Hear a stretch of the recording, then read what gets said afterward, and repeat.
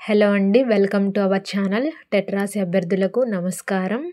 ఈరోజు వీడియోలో 7th క్లాస్కి సంబంధించిన కవి పరిచయాలు మొత్తం కూడా నేను చదివి వినిపించబోతున్నాను. ఇంతకుముందు వీడియోస్లో 8th క్లాస్ 6th క్లాస్కి సంబంధించిన కవి పరిచయాలు, ఇతివృత్తాలు, ప్రక్రియలు మొత్తం కూడా నేను వీడియోస్ చేశాను. ఇంకా ఎవరైనా చూడకపోతే ప్లీజ్ చూడండి. నాకు ఒక కామెంట్ వచ్చింది. ఆ కామెంట్ ఏంటంటే, ఏంటి చదువుతున్నావా, మాకు చదవడం రాదా అని అన్నారు.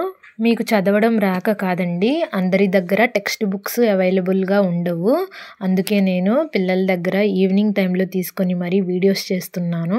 మనమందరం తెలుగు వాళ్ళమే, అలాగే నేను చదివేది కూడా తెలుగు సబ్జెక్ట్ కాబట్టి అందరికీ క్లియర్గా అర్థమవుతుంది. ప్లీజ్ దయచేసి నెగిటివ్ కామెంట్స్ పెట్టకండి.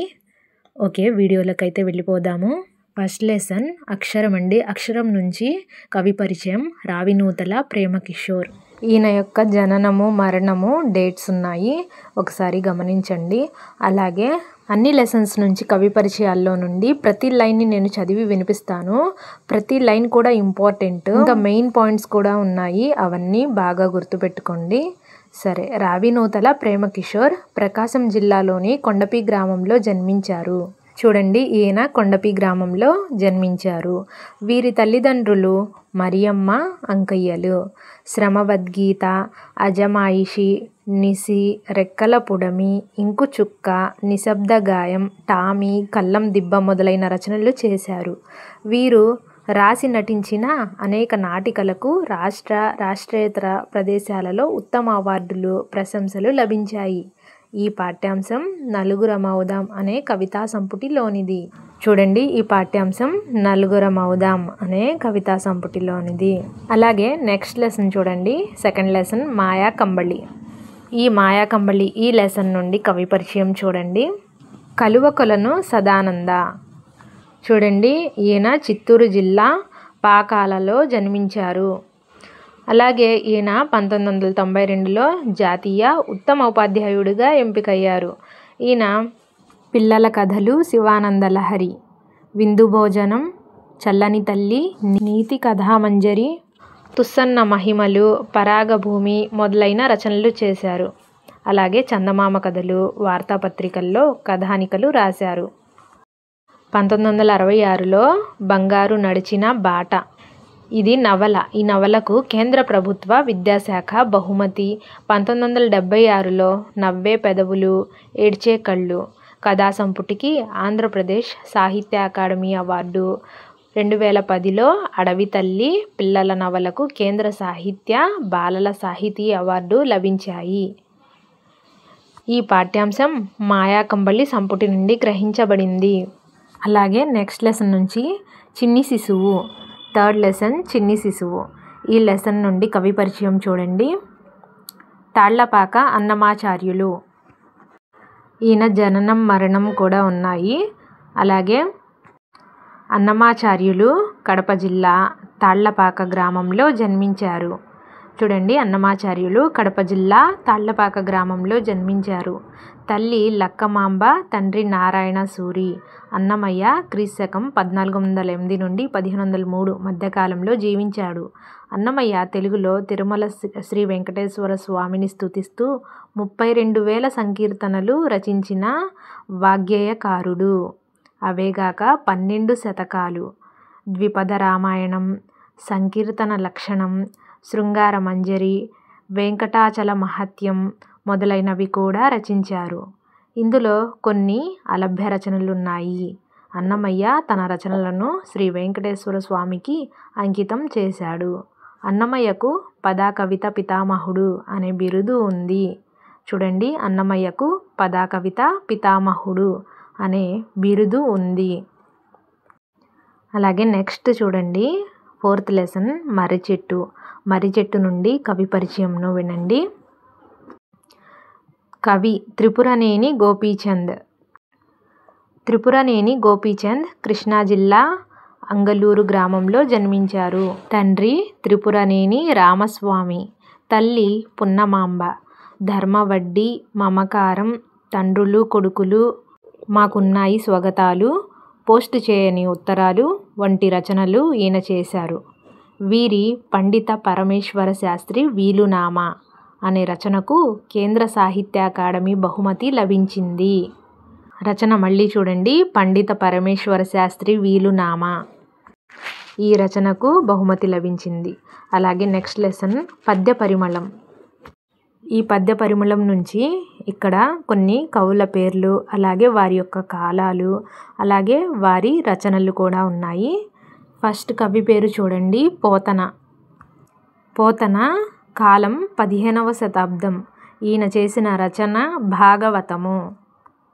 నెక్స్ట్ కవి యొక్క పేరు పక్కి అప్పల నరసయ్య. ఈయన కాలం 16వ శతాబ్దం. ఈయన చేసిన రచన కుమార శతకం. అలాగే నెక్స్ట్ కవి మారద వెంకయ్య. ఈయన కాలం 16వ శతాబ్దం. రచన భాస్కర శతకం. పోతులూరి వీరబ్రహ్మం. ఈయన కాలం 17వ శతాబ్దం. రచన కాళికాంబ సప్తశతి. నెక్స్ట్ గువ్వల చెన్నడు. ఈయన కాలం 17వ శతాబ్దం. రచన గువ్వల చెన్న శతకం. అలాగే నెక్స్ట్ ఏనుగు లక్ష్మణ కవి 18వ శతాబ్దం. సుభాషిత రత్నావళి. నెక్స్ట్ చుక్కా కోటి వీరభద్రమ్మ. ఈయన కాలం 20వ శతాబ్దం. నగజా శతకం. నెక్స్ట్ చూడండి 8వ కవి యొక్క పేరు గద్దల శామ్యూల్. కాలం 20వ శతాబ్దం. ఈయన చేసిన రచన హితోక్తి శతకం. అలాగే నెక్స్ట్ కవి జెండామాన్ ఇస్మాయిల్. ఈయన కాలం 20వ శతాబ్దం. రచన ఆంధ్రపుత్ర శతకం. అన్ని బాగా గుర్తుపెట్టుకోండి. నెక్స్ట్ లెసన్ 6th మన విశిష్ట ఉత్సవాలు. ఇది ఉపవాచకం నుండి. ఈ లెసన్ నుంచి రచయితల బృందము, అలాగే ప్రక్రియ వచ్చేసి వ్యాసం అండి. ఈ మన విశిష్ట ఉత్సవాలు ప్రక్రియ వ్యాసం. ఇతివృత్తం, సంస్కృతి, సంప్రదాయాలు. ఆల్రెడీ నేను వీటి మీద ఒక వీడియో చేశాను. ఇంకా ఎవరైనా ఆ వీడియో చూడకపోతే చూడండి. నెక్స్ట్ లెసన్ 7th లెసన్ కప్పతల్లి పెళ్ళి. ఇది సెమిస్టర్ 2 నుంచి. చూడండి చావలి బంగారమ్మ. ఇక్కడ 1897 నుండి 1970 వరకు ఈయన జననం మరణం ఉన్నాయి. చావలి బంగారమ్మ తూర్పుగోదావరి జిల్లా కొత్తపేట మండలం మోడెకుర్రు గ్రామంలో జన్మించారు. 1930లో ముద్దుకృష్ణ వైతాళికులు ద్వారా వీరి కవితలు వెలుగులోకి వచ్చాయి. బంగారమ్మ కవితలు తెలుగు కవిత్వంలో కొత్త వరవడిని, సరికొత్త భావ వ్యక్తీకరణను తీసుకొచ్చాయి. వీటిని 1958లో 42 కవితలతో కాంచన విపంచి పేరుతో సంకలనం చేశారు. ఇందులో కూడా చాలా మెయిన్ పాయింట్స్ ఉన్నాయి. ఇక్కడ ఇయర్ చూడండి. వీటిని 1958లో 42 కవితలతో కాంచన విపంచి పేరుతో సంకలనం చేశారు. అలాగే నెక్స్ట్ లెసన్ చూడండి. 8th lesson యద. ఈ లెసన్ నుంచి కవి పరిచయం చూడండి. బోనం నాగభూషణం. ఈయన జననం అలాగే మరణం డేట్స్ ఉన్నాయి, గమనించండి. అలాగే బోనం నాగభూషణం విజయనగరం జిల్లా మేరంగి గ్రామంలో జన్మించారు. ఉపాధ్యాయ వృత్తిని స్వీకరించారు. రచనలను ప్రవృత్తిగా ఎంచుకున్నారు. వీరి తొలి కథ చిత్రగుప్త పత్రికలో ముద్రితమైంది. శూలపాణి, భూషణం వీరి కలం పేర్లు. భూషణం కథలు ఏది సత్యం, ఏదసత్యం, కొండగాలి, అడవంటుకుంది వంటి రచనలు చేశారు. ప్రస్తుత పాఠం కొత్తగాలి కథా సంకలనంలోనిది. చూడండి, ఈ పాఠం కొత్తగాలి కథా సంకలనంలోనిది. ఇందులో ఈయన కలం పేర్లు ఉన్నాయి. శూలపాణి, భూషణం. ఈ కలం పేర్లు కూడా బాగా గుర్తుపెట్టుకోండి. ప్రతి లెసన్ నుండి కూడా మెయిన్ పాయింట్స్ ఉన్నాయి. కవి పరిచయాల్లో చదివేటప్పుడు జాగ్రత్తగా వినండి. అలాగే నెక్స్ట్ లెసన్ హితోక్తులు. ఈ లెసన్ నుండి చూడండి. ఇక్కడ కవి పరిచయం రాళ్లపల్లి అనంత కృష్ణ శర్మ. ఈయన జననం మరణం. అలాగే అనంతపురం జిల్లా కంబదూరు మండలంలోని రాళ్లపల్లి గ్రామంలో అలివేలు మంగమ్మ కృష్ణమాచార్యులకు జన్మించారు. రాళ్లపల్లి అనంత కృష్ణ శర్మ సంగీత సాహిత్యాలలో ప్రసిద్ధులు. అలాగే సారస్వతాలోకము, అన్నమాచార్యుల కృతుల స్వరకల్పన, వేమనపై విమర్శనా గ్రంథం వంటి రచనలు చేశారు. గానకళా సింధు, సంగీత కళారత్న వీరి బిరుదులు. కేంద్ర సంగీత నాటక అకాడమీ 1970లో ఫెలోషిప్ ఇచ్చి గౌరవించింది. తెలుగు, కన్నడ, సంస్కృత భాషల్లో వీరు పండితులు. రాయలసీమ సాహిత్యంలో చిరస్థాయిగా నిలిచిపోయే పెనుగొండ కొండ పాటను రాళ్లపల్లి అనంత కృష్ణ శర్మ రాశారు. ప్రస్తుత పాఠ్యభాగం శ్రీ శాలివాహన గాథా సప్తశతి సారం నుంచి గ్రహించబడినది. నెక్స్ట్ లెసన్ చూడండి, 10th లెసన్ ప్రియమిత్రునికి. ఇక్కడ కవి పరిచయం చూడండి. డాక్టర్ సూర్యదేవర సంజీవదేవ్. ఈయన జననం మరణం కూడా ఉన్నాయి డేట్స్.